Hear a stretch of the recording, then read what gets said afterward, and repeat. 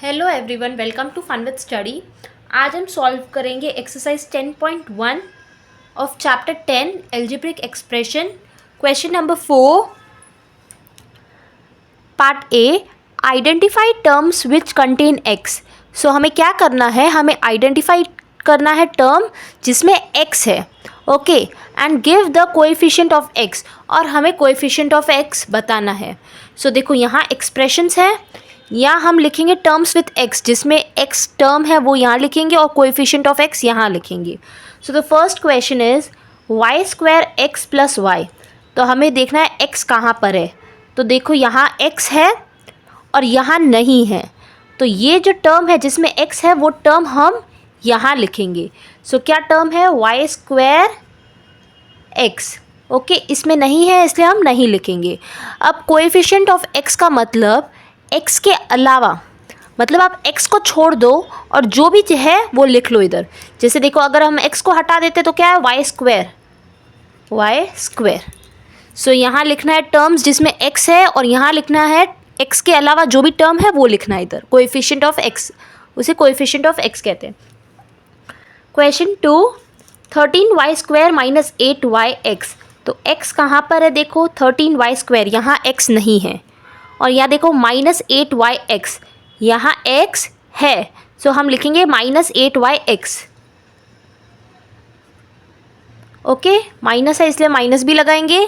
अब यहाँ क्या करेंगे, हम x के अलावा जो भी है वो यहाँ लिखेंगे, तो x को हटा दो, माइनस 8y, ओके, ये coefficient of x। Question number 3, x plus y plus 2। So देखो यहाँ x है, यहाँ x नहीं है और यहाँ टू है, x नहीं है, सो x यही है तो हम ये x लिखेंगे। और देखो कोएफिशिएंट ऑफ x, x के अलावा क्या है, कुछ भी नहीं है, सो कोएफिशिएंट ऑफ x क्या होगा, 1। सो कोएफिशिएंट ऑफ x क्या होगा, 1, क्योंकि x के अलावा कुछ भी नहीं है, सो इसलिए 1, x का coefficient 1। Question number 4, 5 plus Z X. So यहाँ देखो x यहाँ नहीं है, यहाँ भी नहीं है, यहाँ है, सो हम यहाँ लिखेंगे जेड एक्स, और x को हटा के बाकी पार्ट यहाँ लिखना है। x को अगर हम हटा देते तो यहाँ लिखना है z, okay. Question number 5, 1 plus x y. यहाँ देखो यहाँ भी x है और यहाँ भी x है, यहाँ दो x है, सो हम x भी लिखेंगे और उसके नीचे एक्स वाई भी लिखेंगे, ओके। ये यहाँ दो टर्म्स है जिसमें x है, सिर्फ x है इसलिए 1 रहेगा, क्योंकि x को अगर हम हटा देंगे तो कुछ भी नहीं है, इसलिए 1, कोएफिशिएंट ऑफ x है 1, एक्स वाई, सो x को हटा दो, क्या है coefficient of x, y। Question number 6, 12xy square plus 25। सो देखो x यहाँ पर है, ओके, और यहाँ नहीं है, सो हम ये लिखेंगे 12xy स्क्वायर। अब यहाँ क्या करना है, x को आप हटा दो, ओके, x के अलावा क्या है, 12 है, y स्क्वायर है, ओके, x नहीं लिखना है, बाकी सब लिखना है, 12y square. Question number 7, 7x plus x Y square. So इसमें देखो यहाँ x है और यहाँ भी x है, यहाँ दो टर्म्स है जिसमें x है, सो फर्स्ट हम लिखेंगे 7x और नेक्स्ट लाइन में लिखेंगे एक्स वाई स्क्वायर, क्योंकि दोनों में x है। अब क्या करना है, x को हटा देंगे, यहाँ लिखना है 7, और यहाँ x को अगर हम हटा देते तो क्या लिखना है, वाई स्क्वायर। सो ऐसे हमें ये क्वेश्चन सॉल्व करना है। यहाँ हमें लिखना है टर्म्स विथ x और यहाँ लिखना है coefficient of x। Question number 4, part B, identify terms which contain y square and give the coefficient of y square. जैसे लास्ट क्वेश्चन में x का टर्म बताना था और x का कोएफिशिएंट बताना था, वैसे ही इस क्वेश्चन में y स्क्वायर के कोएफिशिएंट बताने और y स्क्वायर के टर्म्स बताने। सो यहाँ एक्सप्रेशंस है, यहाँ टर्म्स लिखेंगे जिसमें y स्क्वायर है और यहाँ हम लिखेंगे coefficient of y square. So देखो first question, 8 minus x Y square, हमें देखना है y स्क्वायर। सो देखो यहाँ y स्क्वायर नहीं है, यहाँ पर y स्क्वायर है, क्या टर्म है, माइनस एक्स वाई स्क्वायर। जब भी आप टर्म लिख रहे हो अगर नेगेटिव साइन है तो आपको नेगेटिव साइन लगाना है। अगर आप ये माइनस, यहाँ देखो यहाँ माइनस है तो हमें यहाँ लगाना है, क्योंकि माइनस एक्स वाई स्क्वायर है, अगर हम ये नहीं लिखेंगे तो ये गलत हो जाएगा क्वेश्चन। अब क्या करेंगे, वाई स्क्वायर को हटा के क्या है वो लिखना है। देखो अगर हम वाई स्क्वायर को हटा देते तो क्या है, माइनस एक्स, सो ये है इसका coefficient. Question number 2, 5y² plus 7x। y² यहाँ है और यहाँ नहीं है, सो हम ये वाला टर्म लिखेंगे 5y²। ओके, अब y² को जब हटा दो तो क्या है 5, so here you have to write 5। This is coefficient of y²। Question number 3, 2x² minus 15xy² plus 7y²। So इसमें देखो ये x² है, y² नहीं है, सो हम ये नहीं लिखेंगे, दिस इज x²। ओके, सो इसको नहीं लिखना है। इसमें देखो 15xy², यहाँ y² है, सो हम ये लिखेंगे क्या है, माइनस 15xy², माइनस 15xy²। और देखो नेक्स्ट पार्ट 7y², यहाँ भी y² है, सो 7y², हम ये दोनों लिखेंगे। ओके, अब यहाँ y² को हटा देंगे, यहाँ क्या है माइनस 15x। और नेक्स्ट टर्म देखो y² को अगर हम हटा देते हैं तो है 7। सो यहाँ ऐसे ही हमें टर्म्स विथ y² और कोएफिशिएंट ऑफ y² फाइंड करना है। So we have completed question number 4। Now will solve question number 5। Question number 5, classify into monomials, binomials and trinomials. So let's understand what is monomial, binomial and trinomial first. Monomial क्या होता है, जिसमें एक term होता है। Term मैंने बताया आपको, ये जैसे ये टर्म है। ओके, सो जिसमें एक टर्म होता है उसे मोनोमियल कहते हैं। बाइनोमियल जिसमें 2 टर्म होते हैं, और ट्राइनोमियल जिसमें 3 टर्म होते हैं। ओके, फर्स्ट क्वेश्चन में देखो 4y माइनस 7z। सो 4y ये एक टर्म है, माइनस 7z ये दूसरा टर्म है। सो 1 and 2 2 टर्म्स है, इसलिए बोलेंगे बाइनोमियल। बाइनोमियल, बाई मतलब 2, ट्राई मतलब 3। This is binomial. Okay, next one question number 2, y²। ये एक टर्म है, इसलिए इसे कहेंगे monomial. Okay, question number 3, x plus y minus x y. 1 2 3 3 terms है, देखो 1, ये 2 और ये 3, ट्राइनोमियल। क्वेश्चन नंबर 4, 100, ये एक ही टर्म है। Okay, monomial. Question number 5, AB minus A minus B। 1 2 3, total 3 terms, trinomial.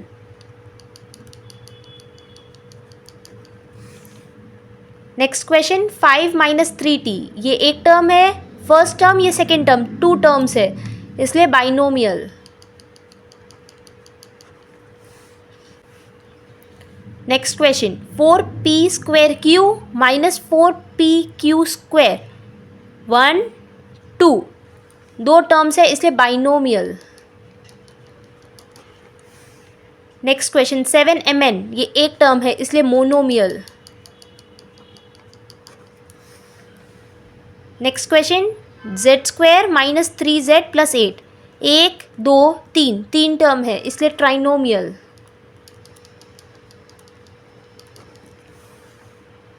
Next question a² plus b², 2 term है, 1 2 2 term है, इसलिए बाइनोमियल।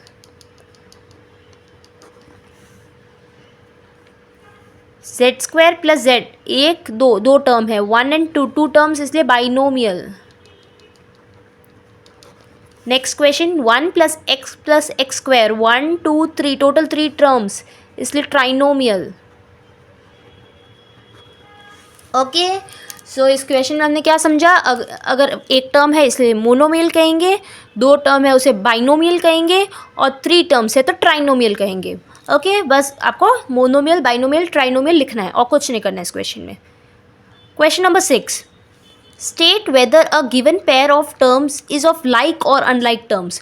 सो इस क्वेश्चन में बताना है कि पेयर लाइक टर्म है या अनलाइक टर्म है, मतलब जो टर्म्स दिए हुए है वो लाइक है या अनलाइक है। लाइक मतलब जिनके वेरिएबल सेम है, अनलाइक मतलब जिनके वेरिएबल सेम नहीं है।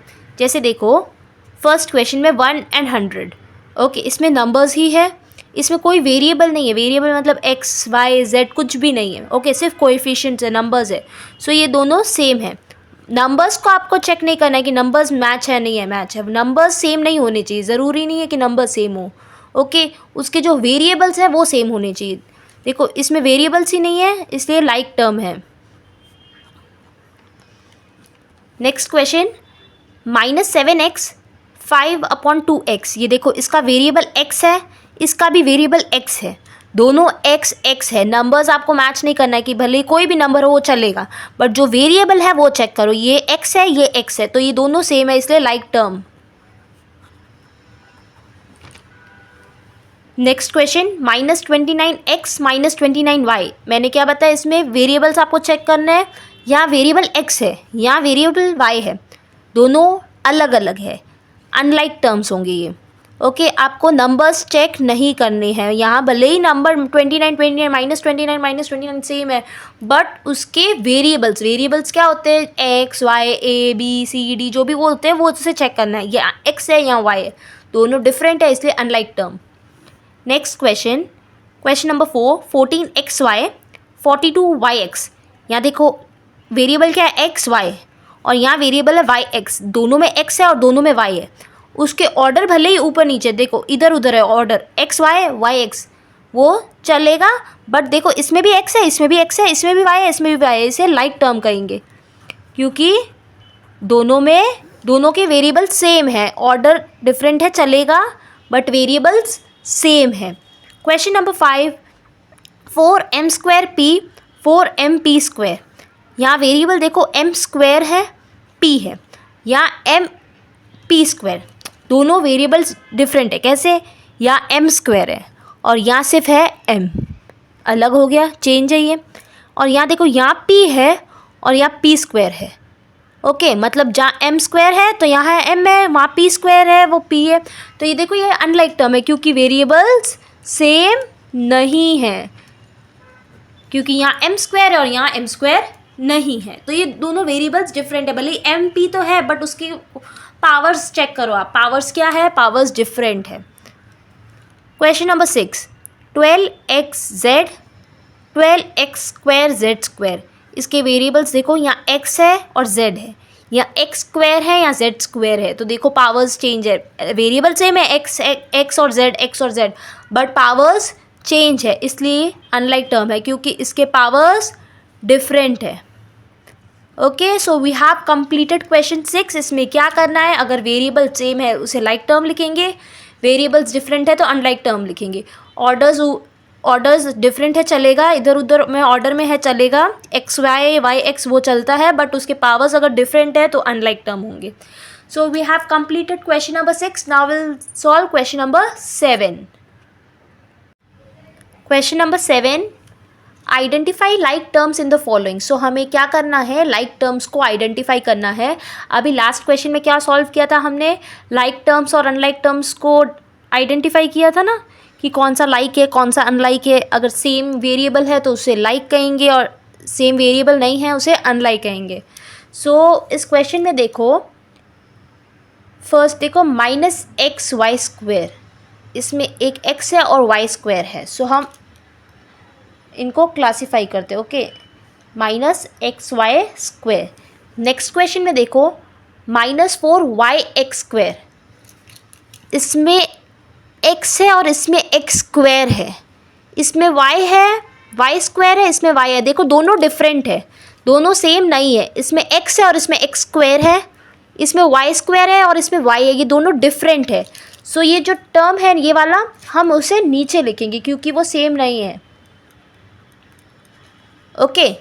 नेक्स्ट क्वेश्चन 8x², इसमें x² है, यहाँ देखो x² है क्या, सिर्फ x² चाहिए हमें, नहीं यहाँ नहीं, सो इसे हम नेक्स्ट लाइन में लिखेंगे 8x²।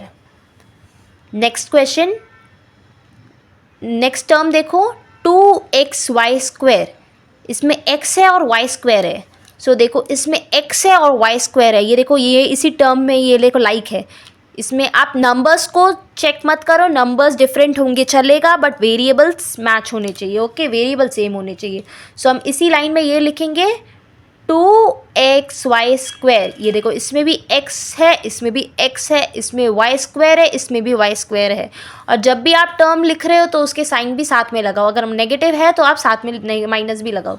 नेक्स्ट है 7y, यहाँ देखो 7y अब तक आया नहीं, सो हम इसे नेक्स्ट लिखेंगे न्यू लाइन में 7y।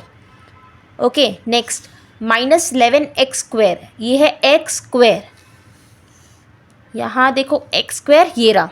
ओके, सो हम यहाँ लिखेंगे -11x², माइनस भी लगाएंगे, -11x², ये 8x² है, ये -11x² है। नेक्स्ट -100x, इसका वेरिएबल है x, देखो यहाँ x आया अब तक नहीं, ये x² है, अब तक x का वेरिएबल नहीं आया, सो हम नेक्स्ट लाइन में लिखेंगे -100x। Next term -11yx, yx, ये y² है, ये x² है, ये x² है, ये y है, ये x है, सो ये अब तक नहीं आया है, इसलिए हम लिखेंगे -11yx। नेक्स्ट टर्म 20x²y, इसमें x² है और y है, इसमें देखो x है और y² है, नहीं x का स्क्वायर होना चाहिए, देखो x का स्क्वायर है और y है, ये रहा टर्म, इसका ऑर्डर भले ही चेंज है, देखो x² इसमें पहले है, x² इसमें बाद में है। ओके, ऑर्डर चेंज चलेगा, बट जो पावर्स है वो आप चेक करो, x² y, सो ये हम लिखेंगे यहाँ 20x²y। Okay, next -6x², x², देखो x² कहाँ है, ये रहा, लिखना है आपको -6x²। ओके, नेक्स्ट y, सिर्फ है y, ये देखो y, ये रहा 7y, यहाँ हम लिखेंगे y, ये इस टर्म को यहाँ लिखेंगे। नेक्स्ट 2xy, xy, देखो xy कहाँ है, ये रहा, yx xy दोनों सेम ही हैं। ओके, ऑर्डर डिफरेंट चलता है। 2xy, देखो 2xy हम यहाँ लिखेंगे, ये yx है, ये xy है। Okay, next one, next term देखो 3x, x कहाँ पर है, ये रहा। ओके, यहाँ लिखेंगे 3x। So we have completed part A. हमने क्या किया, हमने लाइक टर्म्स को सेम आइडेंटिफाई किया फर्स्ट और उसे लिखा साथ में, जैसे देखो xy² -xy², 2xy², ये xy² है, ये भी xy² है। नेक्स्ट में देखो -4yx², 20x²y, इसमें भी x² है, इसमें भी x² है, y ऑर्डर डिफरेंट है। ओके, नेक्स्ट में देखो 8x², -11x², -6x², देखो इन तीनों में x² है। 7y, इनमें y है। -100x, 3x, दोनों में x है। -11yx, 2xy, इसमें ऑर्डर चेंज है, बट देखो इसमें y है, इसमें भी y है, इसमें x है, इसमें भी x है। Now will solve question B, question 7 part B. So same part A की तरह हम पार्ट बी सॉल्व करेंगे, इसके टर्म्स को हम अलग अलग लिखेंगे। देखो 10pq, 10pq। नेक्स्ट टर्म देखो 7p, ये सिर्फ p है, देखो इसका वेरिएबल सिर्फ p है, तो नेक्स्ट लाइन में लिखेंगे 7p।